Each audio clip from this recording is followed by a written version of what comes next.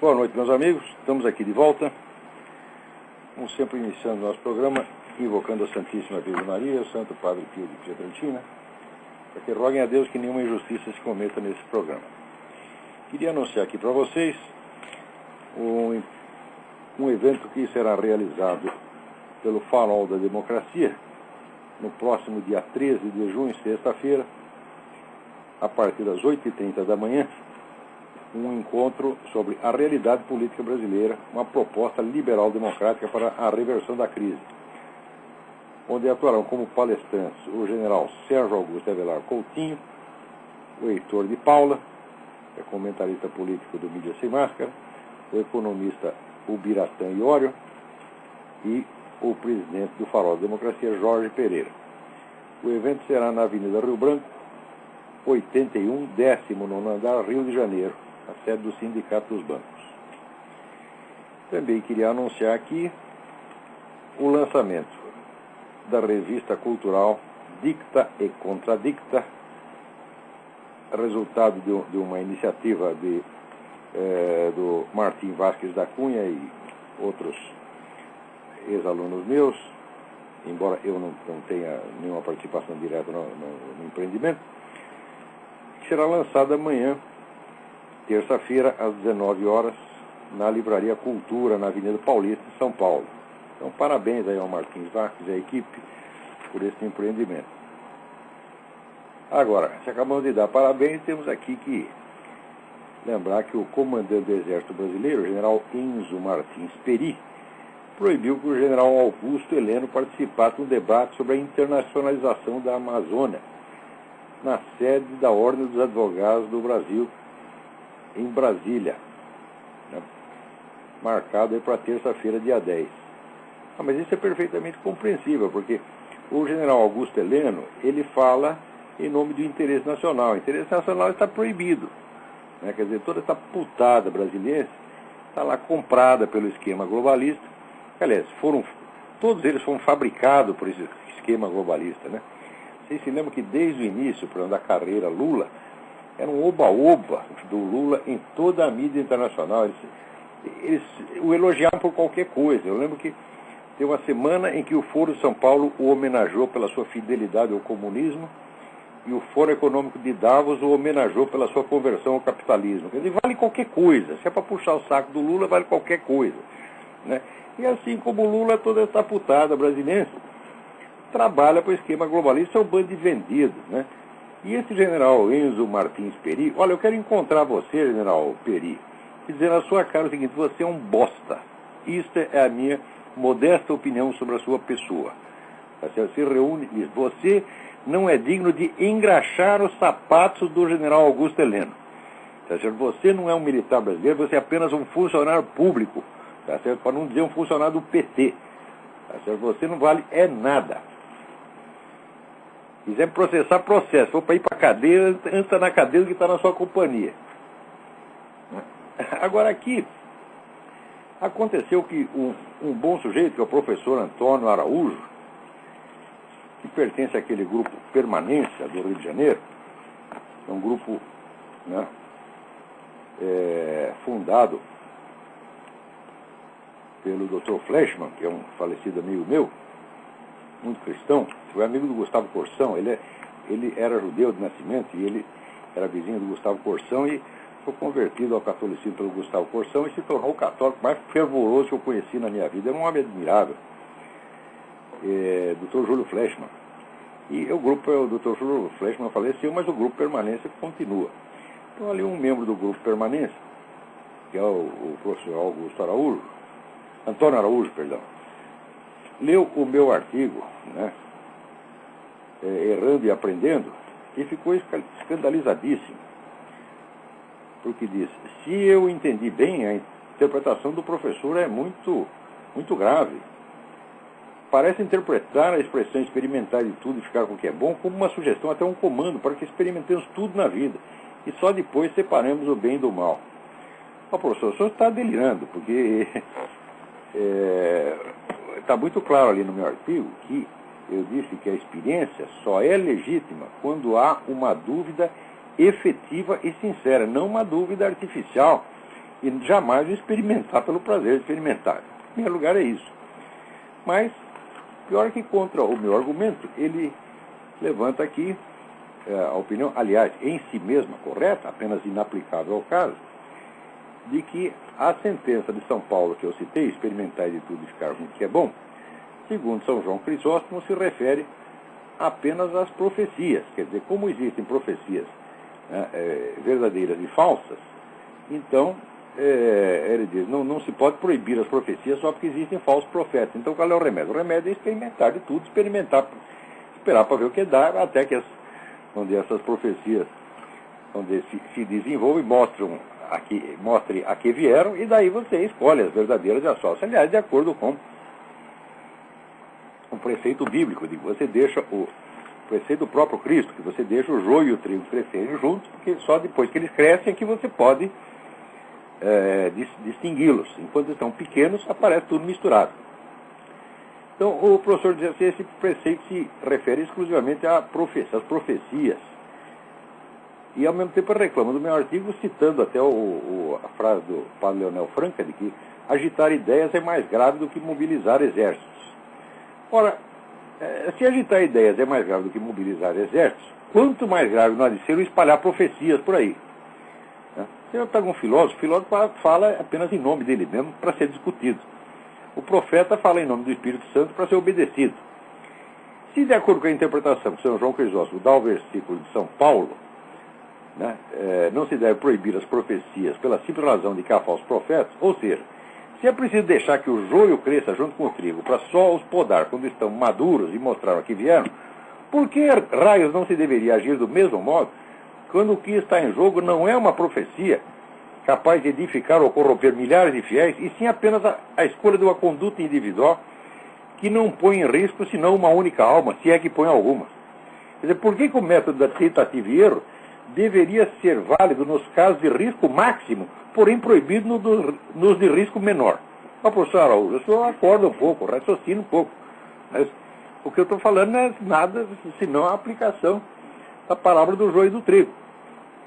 Quer dizer, para que, vamos dizer, as tendências humanas se revelem como boas ou más, elas precisam ter se desenvolvido, ter chegado a um certo tamanho, senão você não distingue.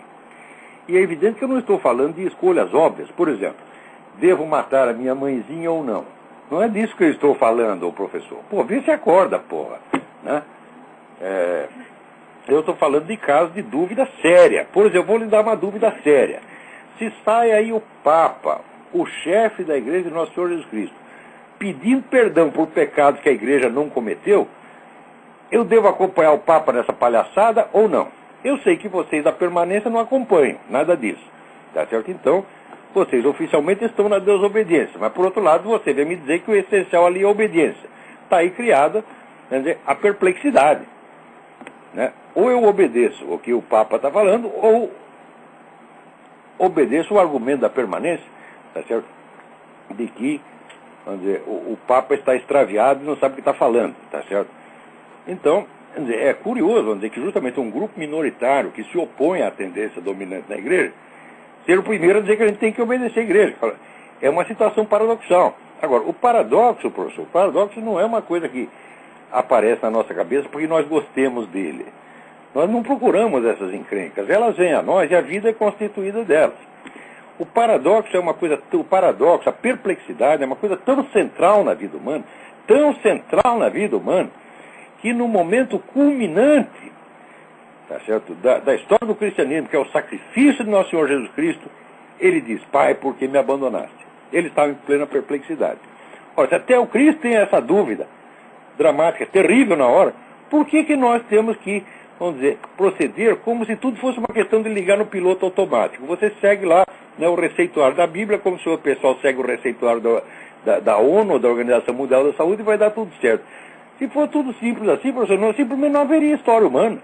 Se você estuda um pouco a história da Igreja, você vai ver que desde o primeiro dia houve ali confusão, perplexidade, homens bons, às vezes, homens santos em conflito um com o outro, porque não sabem o que é o certo e o que é errado, o que deve fazer.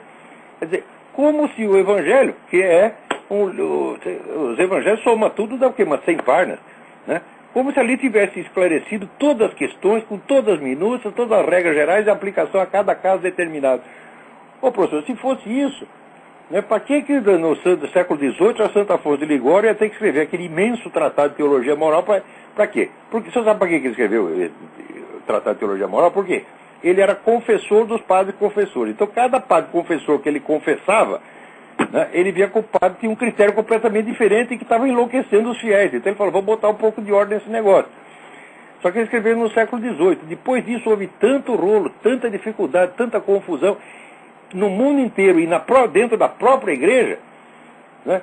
E o senhor querer proibir a tentativa e erro, fazer de conta como o senhor já soubesse o certo e errado em tudo, eu digo, o senhor não está percebendo que o senhor é um homem bom, duvido muito de que o senhor tenha qualquer má intenção. Na permanência, eu conheço a turma da permanência, não tem, você pode discordar deles, não tem ninguém ali de má intenção. Todo mundo é cristão sincero, é gente muito boa mesmo. Mas, professor, o senhor está enganado, o senhor está, vamos dizer, com uma espécie de empáfia inconsciente. O ser humano não tem outro método de aprender senão tentativa e erro. Essa aqui é como mostra a parábola do joio do trigo. São Tomás de Aquino dizia o seguinte, veritas filia temporis, a verdade é filho do tempo. Ora, se você já sabe tudo, para que precisa de tempo para aprender, ô raios? Né? Até parece que eu falei alguma coisa escandalosa, alguma coisa inteiramente absurda. O senhor está vendo chifre na cabeça de cavalo, pô. Para com isso. Eu sou seu amigo, estou do seu lado. Não me enche o saco, professor. Né? Peraí, tem alguém na linha aí. Alô? Eu? Alô, Lavo? Eu? Pode falar. Aqui é o Thiago. Quem? Thiago. Thiago, tudo bem? Tudo bem, Lavo, eu gostaria de falar para você, descobri aqui na internet em relação à ONU e o aborto. Sim. É que eles estão abortando crianças agora na tsunami em Myanmar e na China. Eles promovem aborto mesmo. Eles promovem e pagam essas organizações abortistas, que nem essas malditas Planet Parenthood aqui.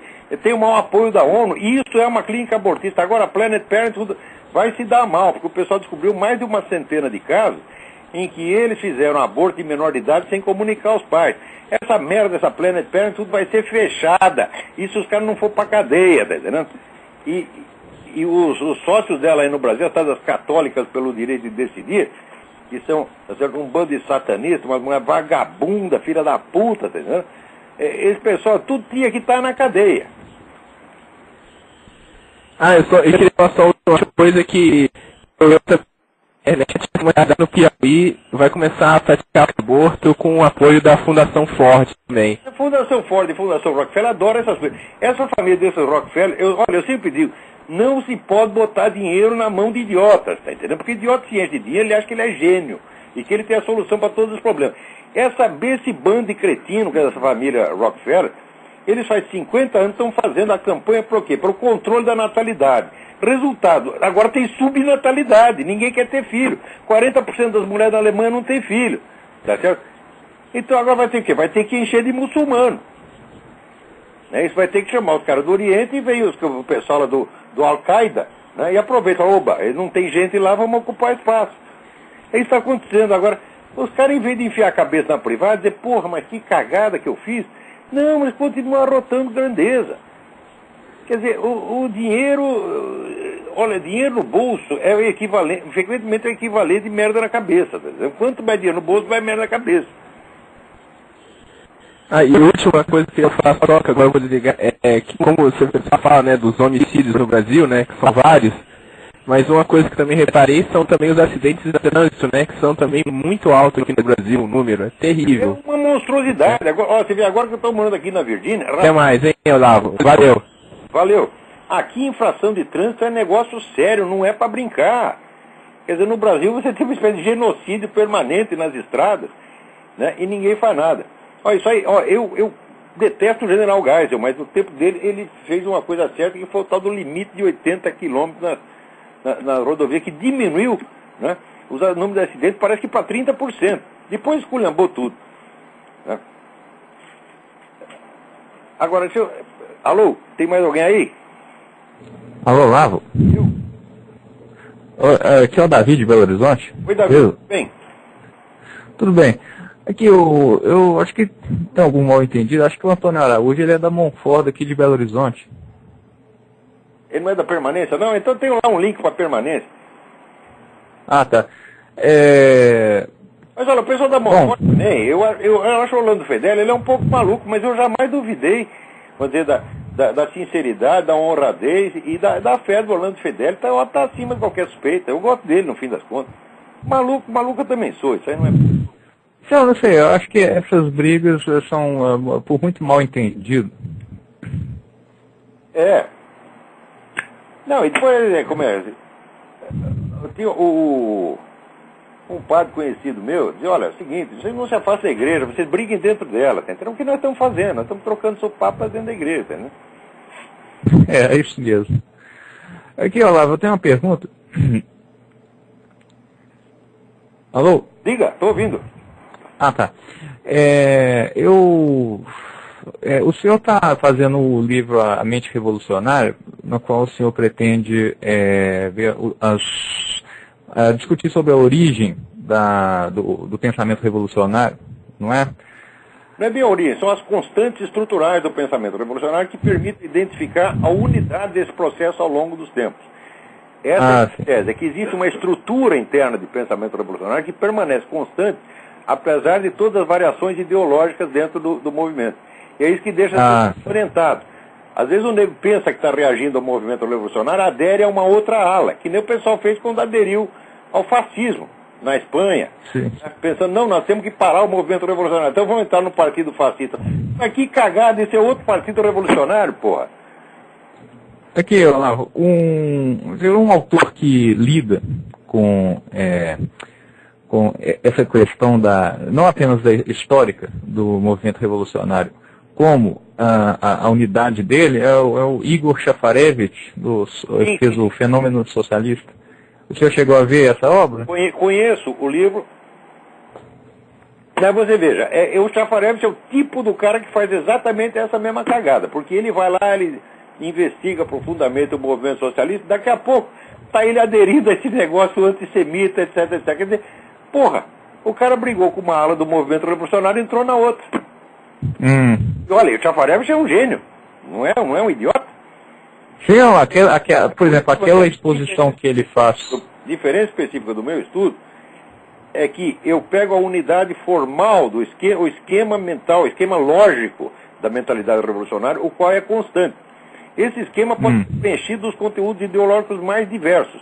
Pode ser nacionalista ou internacionalista, pode ser racista ou antirracista, pode ser socialista ou antissocialista.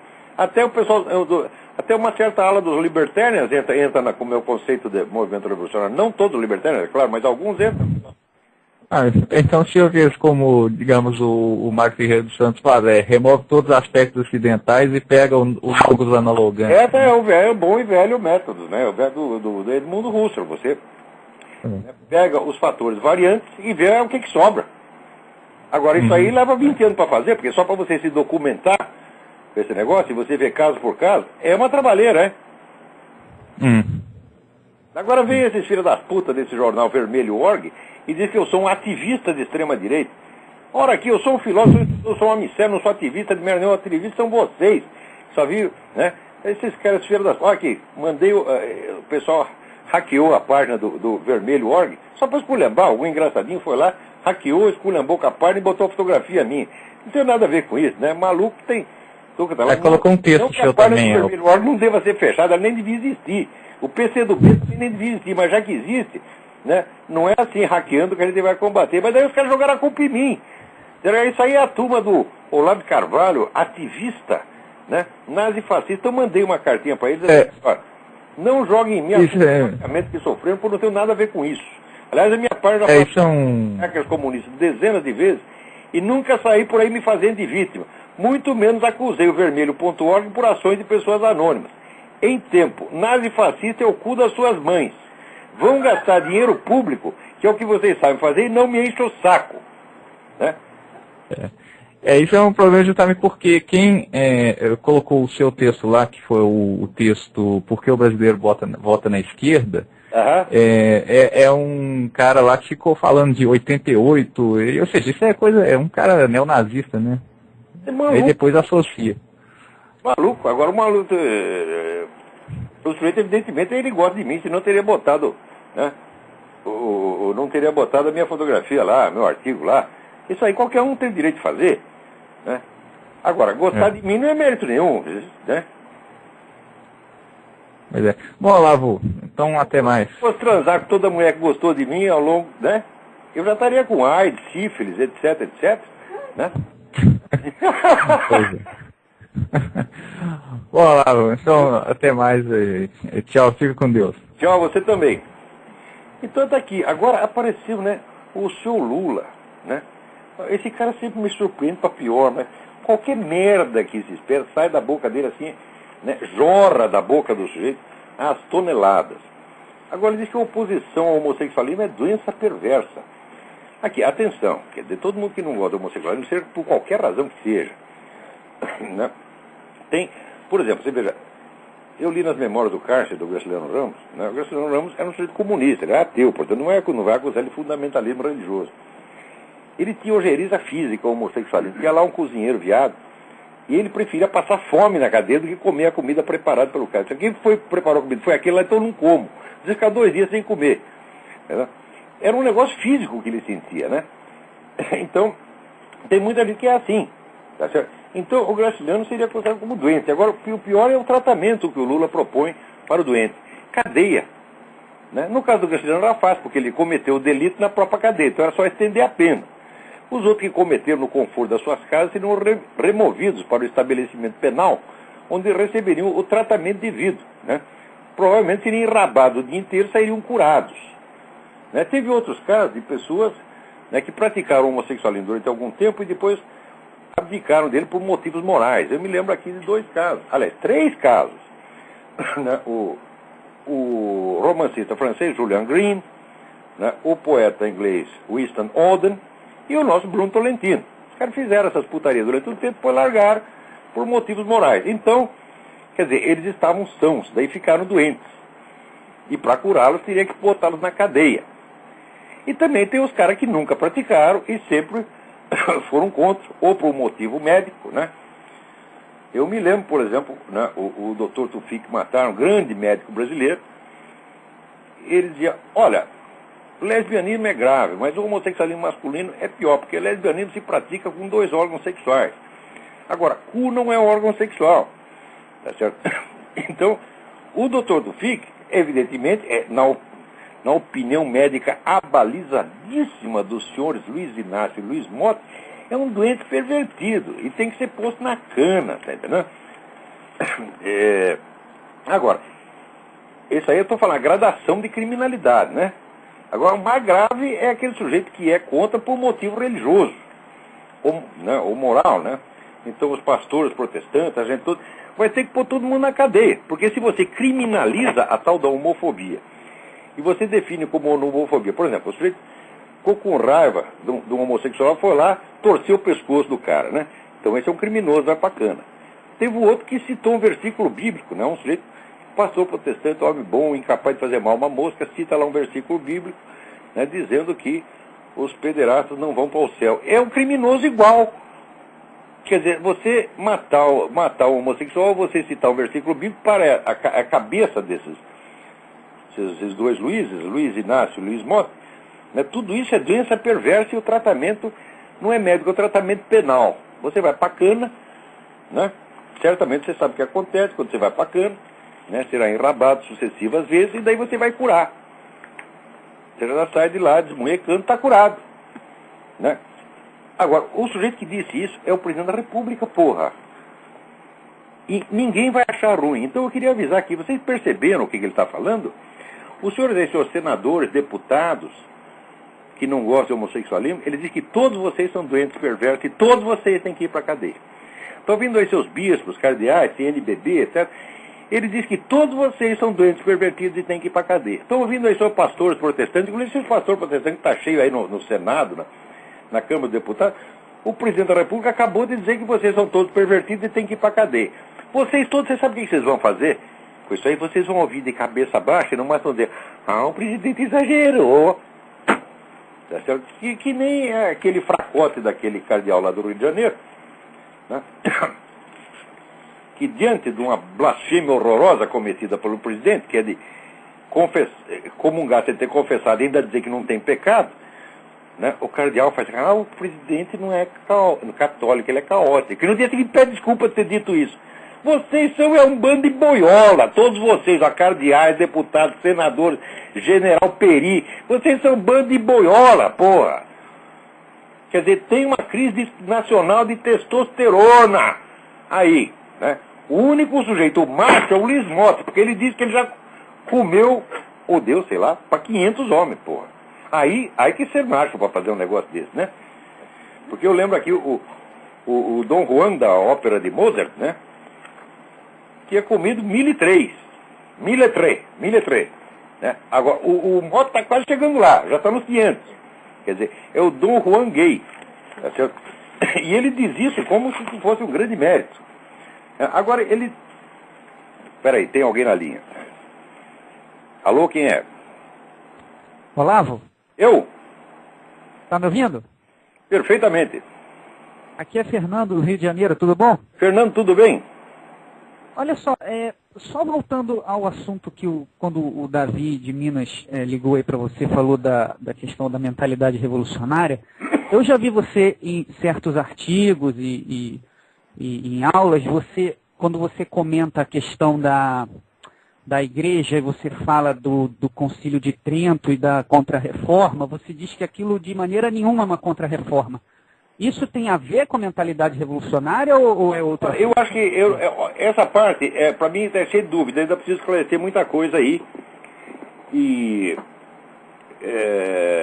eu não tenho certeza disso. Mas quando você vê que daí saiu, né, o negócio da Companhia de Jesus e aquele projeto de fazer uma sociedade socialista com os índios na América do Sul, falo, mas claro que tem o elemento revolucionário ali, presente. Uhum. Né? Em que medida isso aí está presente ou não? Eu falo, bom, ainda preciso esclarecer. Na verdade, as minhas dúvidas agora estão lá mais para o século I, II e III, quer dizer, não cheguei no Concílio de Trento ainda, né? Tem aquela coisa... Muitas dúvidas para esclarecer, por quê? Porque esse assunto, embora exista milhares de livros sobre o movimento revolucionário, não existe um único sob esse ponto de vista que eu estou estudando, que é o ponto de vista formal, quer dizer, a lógica interna do pensamento revolucionário. Né? É a estrutura lógica interna que se manifesta, vamos dizer, nas categorias de pensamento. Então, a categoria de tempo, a categoria de causa. Quer dizer, a mente revolucionária tem uma categoria de tempo diferente da dos seres humanos normais. Tem uma explicação você fala que tem uma de causa diferente. Da percepção, né? do tempo, né? Ele tem uma série de características estruturais que são diferentes e que são comuns a todas as facções do movimento revolucionário. Então, o movimento revolucionário é um fenômeno que surge numa certa época da história e que tem que desaparecer um dia. Não é uma constante do espírito humano, tá entendendo? Começou e um dia vai acabar. E todos nós que estamos aqui vendo essa merda acontecer, nossa obrigação é contribuir para que isso acabe. Não sei quando vai acabar. E também não sei o que vem vir depois, mas que tem que acabar, tem que acabar. Mas você diz geralmente que você diz que esse movimento começa, você pode se identificar a partir do século XIII, XIV, mas por aí. 13, A coisa começa a tomar, vamos dizer, os vários elementos separados que vão compor o movimento revolucionário já começam a aparecer aí. Mas tem alguns que vêm adiante, tem alguns que vêm do século I. Mas acontece que a partir vamos dizer, da modernidade, essas coisas se condensam e aparecem juntas. Entendeu? Porque eu li, eu acho que foi o Wegelin, que ele diz que, de certa forma, nos primeiros 10 séculos, a igreja consegue meio que reprimir e manter sob controle esses movimentos messiânicos. Sim, mas você vê aqui, alguns dos elementos separados que iriam a compor a mentalidade revolucionária já estão presentes no século I. Uhum. O que acontece, vamos dizer, são tendências móveis, como, vamos dizer, vários vírus que tem ali, né, que depois junta tudo. E cria uma desgraça, tá vendo? Entendi. Agora, aí você em parte tem o problema você tem que analisar os textos, os documentos e captar a estrutura lógica por baixo. Tem que fazer isso um por um. Né?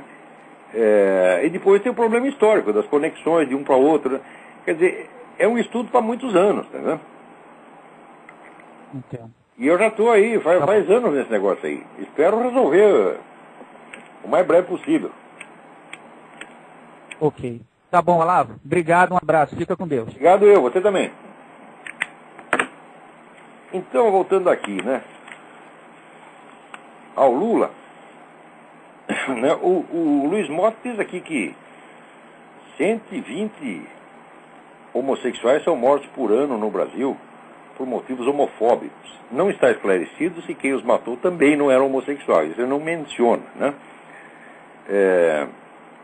Agora, o que é 120 pessoas num país onde moram 50 mil por ano? Por que esses 120 merecem um tratamento diferenciado ao ponto de botar na cadeia quem quer que diga uma palavrinha contra a conduta deles, como se, vamos dizer, os camaradas que assassinaram esses 120 tivessem sido movidos por motivos bíblicos?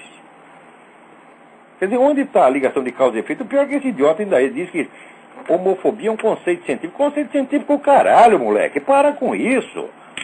Não pode ter um conceito científico que vai explicar, vamos dizer, desde uma conduta criminosa, tá certo, até, né, citações da Bíblia. Como é que você vai juntar tudo isso e dizer tudo isso é uma síndrome única? Ora, porra, o que você quer dizer é o seguinte: você não gosta que falem mal do que você está fazendo. Então, para você é tudo crime. Você quer criminalizar, quer pôr na cadeia todo mundo que não gosta do que você faz. É proibido criticar o Luiz Mota. Entendeu? Agora, se vocês viram aquele vídeo no YouTube, onde esse desgraçado aparece falando sobre erotismo, né?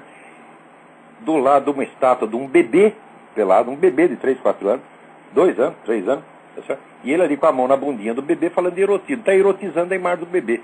Erotizar um objeto é torná-lo objeto de desejo. E é isso que o cara está fazendo propaganda da pedofilia. Eu nunca acusei o seu Luiz Mota de praticar a pedofilia. Eu o acuso e faço em público, sem a menor dúvida, de que ele é um apologista da pedofilia. Quando ele pede a redução, vamos dizer, da maioridade para as relações sexuais, o que ele está querendo? Que a lei faculte o acesso, tá certo, àquilo que ele chama de seu moleque ideal.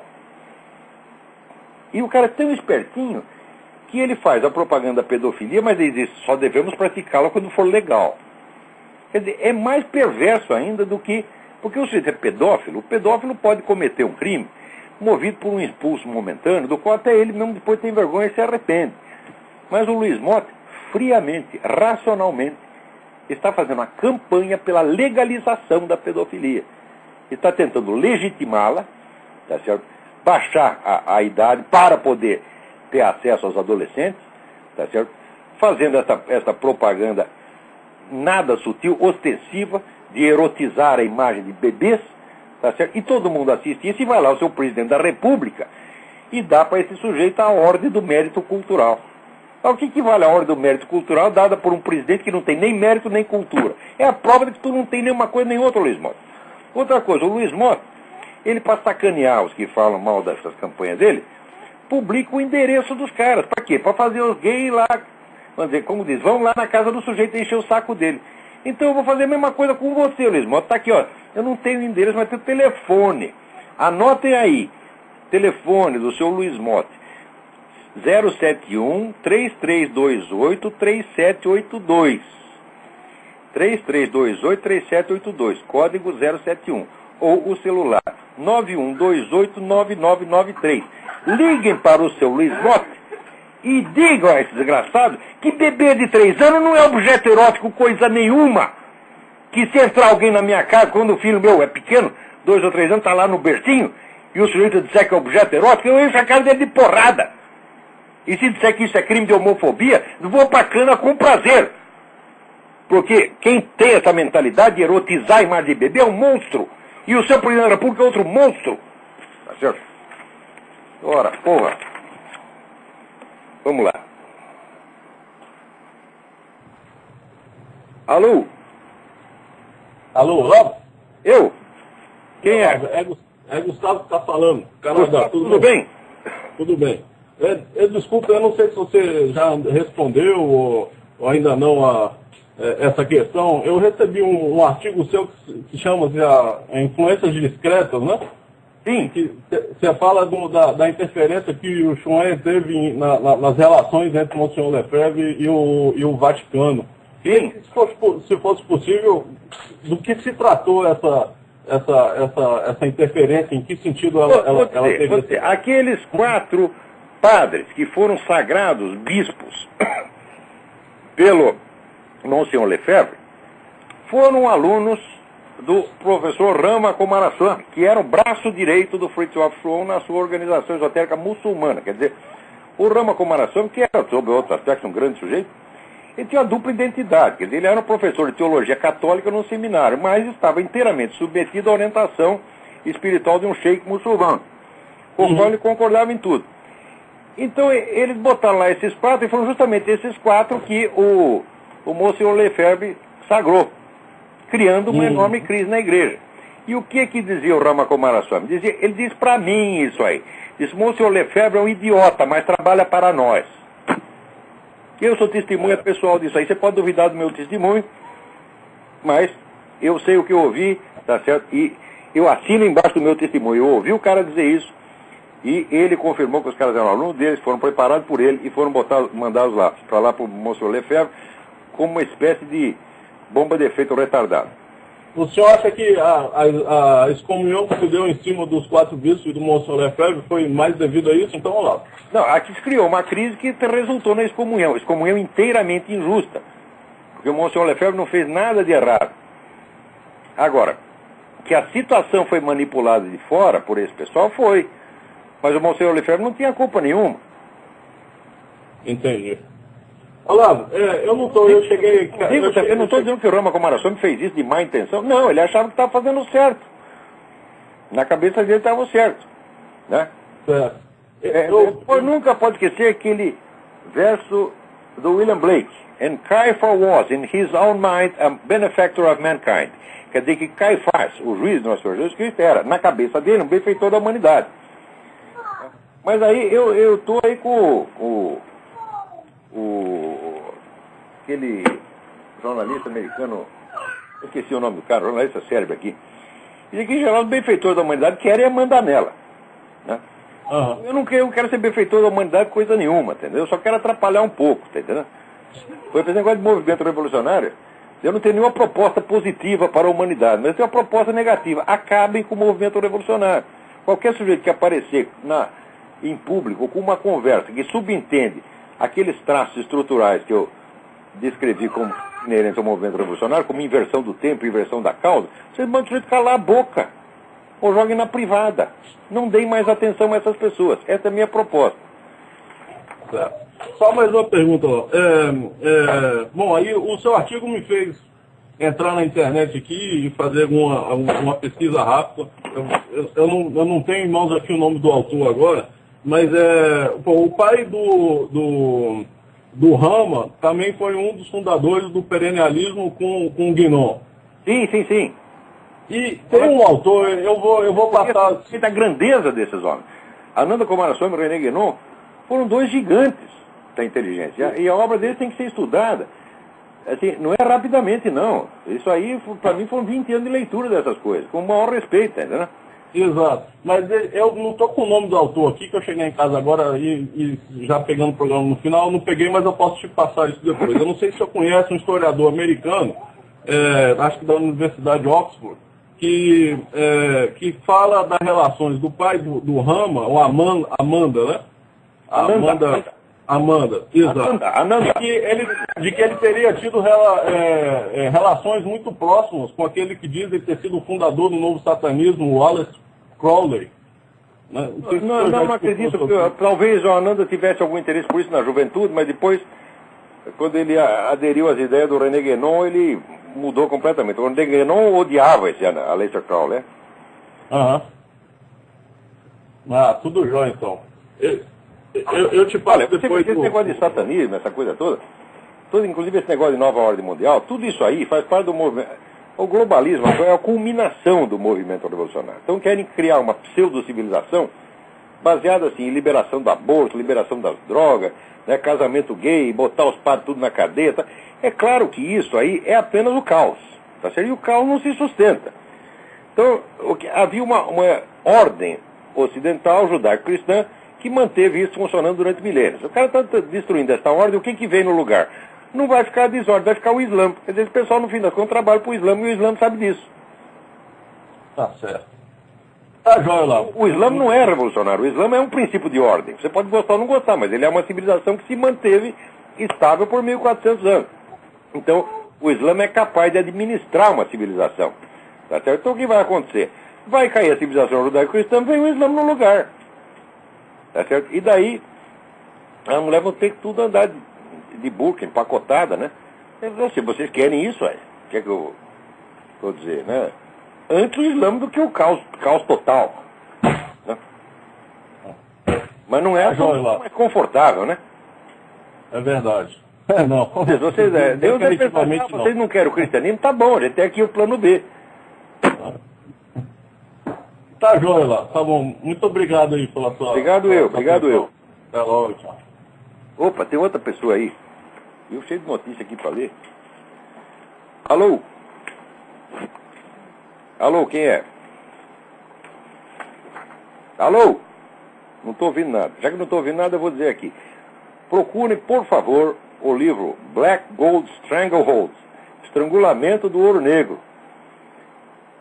The Myth of Scarcity and the Politics of Oil, o mito da escassez e a política do petróleo, escrita por Jerome Corsi, C-O-R-S-I, e Craig Smith.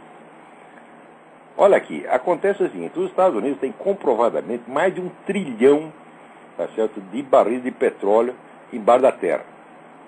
Tem petróleo para mais de metro, tem petróleo para centenas de anos para frente. Né?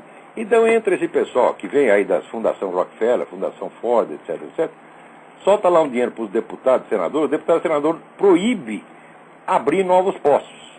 E os Estados Unidos é obrigado a comprar petróleo da OPEC e do seu Hugo Chávez. E daí o galão de gasolina aqui já está em $4.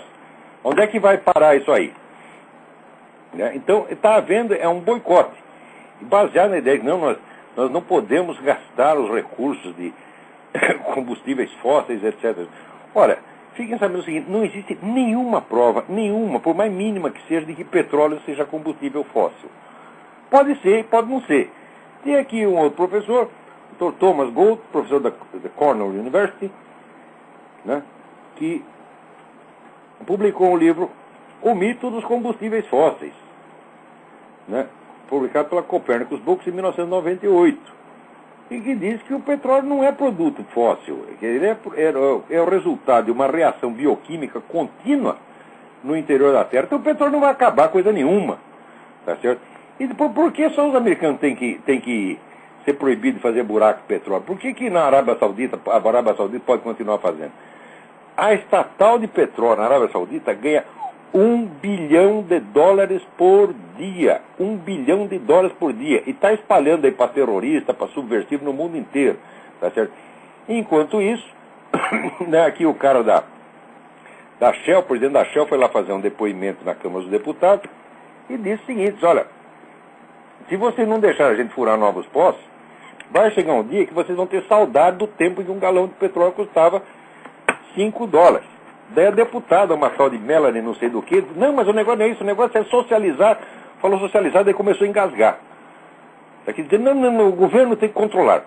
Quer dizer, a mulher é socialista enrostida, né? E o que eles querem mesmo é quebrar a economia americana, quebrar a economia, quebrar a soberania, principalmente, olha, eles querem acabar com todas as soberanias do mundo, mas principalmente duas, que são as que mais... né? É uma pedra no sapato para eles, 2 pedras no sapato, Estados Unidos e Israel, tá certo? Por quê? Porque os Estados Unidos tem um negócio que se chama Constituição Americana, tá certo? E os presidentes não podem violar a Constituição. Então, ele não pode ceder à pressão globalista assim direto, né?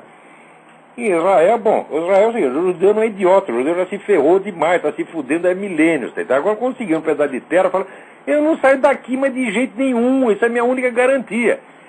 Quer dizer, o sujeito que quiser tirar 1 centímetro do Estado de Israel, 1 centímetro de terra, tá certo? É um ladrão filha da puta, tá entendendo? Por quê? Não tinha...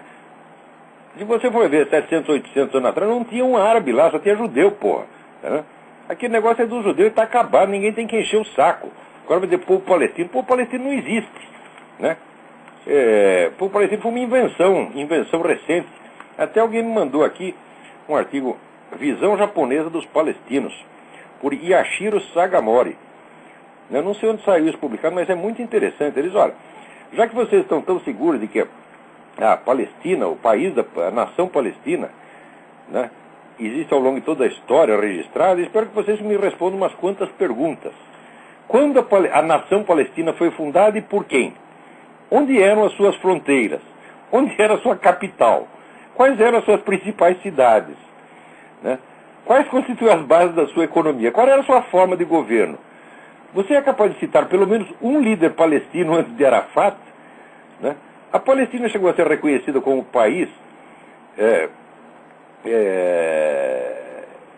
vamos dizer, cuja existência não deixasse margem a outras interpretações. Qual era a língua do país, da nação palestina? Qual era a religião da nação palestina? Qual era o nome da sua moeda? Escolha uma data qualquer e diga qual era aproximadamente a taxa de câmbio entre a moeda palestina, né, e qualquer outra moeda do mundo. E vai fazendo perguntas. Você vê, olha, essas perguntas, mas assim, negócio da nação palestina, isso é uma fraude, isso foi inventado só para encher o saco de Israel, porra. Né? Meu Deus do céu.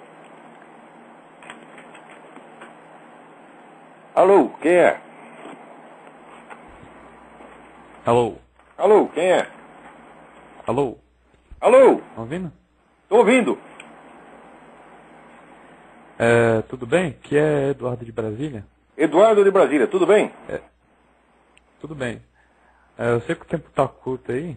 Fale mais alto, fale mais alto. Eu sei que o tempo tá curto, mas queria saber se você poderia comentar alguma coisa sobre o Dr. Enéas Carneiro, falecido já. Não posso, nada sei. Eu ouvi falar, mas não tem. Se você puder me mandar alguma informação aí, comentarei, mas... Às vezes me pedem opinião sobre pessoas. Hoje me pediu opinião sobre Milton Santos, eu não tenho opinião nenhuma. Pouco sei da vida dele. Também do Ernesto Carneiro, nada sei. Tudo bem, então. Até a próxima. Obrigado. Então vamos lá. Tem mais alguém aí? Olavo? Eu? Olavo, tá ouvindo? Tô ouvindo. Ai, não, eu tô gripado, tá ruim aqui a ligação também. Epa, agora é sua vez. Minha gripe acabou, começou a sua. Não, tá tendo uma crise de salmonelose aqui em Campinas. Já internaram mais de 30. É o Ministério da Saúde aí, só quer saber de perturbar a vida de fumante. Depois da dengue, a salmonela. Puta merda. Diga aí. O Click to Talk não tá funcionando. Eu sei. Olavo, Não tá funcionando, já avisei lá a turma do Blog Talk Radio. Ok. Olavo, vou porque logo esteja melhorzinho. Vou falar rapidinho para desligar. Como é? Eu vou falar rapidinho para desligar. Diga. Aqui, a mídia, principalmente a mídia escrita, só fala do Obama. Parece que a gente está voltando para o clima de eleição de 2002, mais ou menos julho, agosto, quando o Lula estava para ser... Eles estão elegendo o Lula de novo, estão botando o Lula na presidência americana. Exatamente. Então, você pode falar um pouco de política americana? Olha, o que aconteceu aqui é o seguinte, isso aí tem que falar mesmo. Né?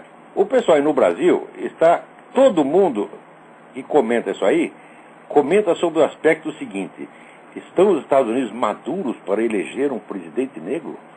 Né? A pergunta, isso é totalmente idiota porque é uma chantagem emocional. Quer dizer, vote em Obama ou confesse que é racista. Isso só tem no Brasil, minha gente. Aqui, só quem fala disso é jornaldinho de estudante e grupinho de extrema esquerda que não tem nenhuma expressão eleitoral. O próprio Obama e os cabos eleitorais dele fogem desse argumento como o diabo foge da cruz, para não ser acusado de fazer essa chantagem que é muito boboca. Tá certo? Então, a eleição americana, tal como vocês estão vendo aí no Brasil, é um negócio que não existe. Aqui ninguém está dizendo isso, tem que votar no cara porque é preto. Porque preto por preto, o Alan Keyes é muito mais preto que ele, porque o Obama ainda tem, né, mãe branca. E o Alan Keyes é tão preto que já é azul. Tá certo? E era o melhor candidato, era o meu candidato. Todo mundo boicotou o homem, tá certo? no Partido Republicano, e os outros, então, pegaram aí o Obama. Ora, a diferença específica do Obama não é que ele é preto, porque o Alan Keyes era muito mais preto. A diferença do Obama é que o Obama é um vigarista, mas tão imenso, tão imenso. Por exemplo, ele disse, eu tenho orgulho das minhas raízes africanas. Que raiz africana, porra? Tá certo? O cara, tá certo, foi educado no Islã num país que não tem nada de africano. Tá certo? O único contato que ele teve com a cultura africana foi o seguinte, o pai dele foi lá, comeu a mãe dele e saiu correndo. Quer dizer, será que a herança cultural africana passa no espermatozoide? Isso foi o único contato dele com a cultura africana. Como é me orgulho das minhas raízes africanas, né? Outra coisa, todo mundo faz propaganda e mostra toda a família negra do Obama, né? Você conhece todos os parentes pretos do Obama. Os parentes brancos não aparecem nenhum. Como se não existisse. Embora foram eles que sustentaram o Obama, cuidaram do moleque, botaram na escola, deram tudo para ele, tá certo? Bom, outra coisa, o Obama, ele só trabalhou de ativista político. Ele nunca teve um emprego produtivo na vida. Ele logo entrou numa ONG e viveu como ativista. E você vai pegar um cara que nunca trabalhou na vida e vai pôr da presidência. Você está totalmente fake, né?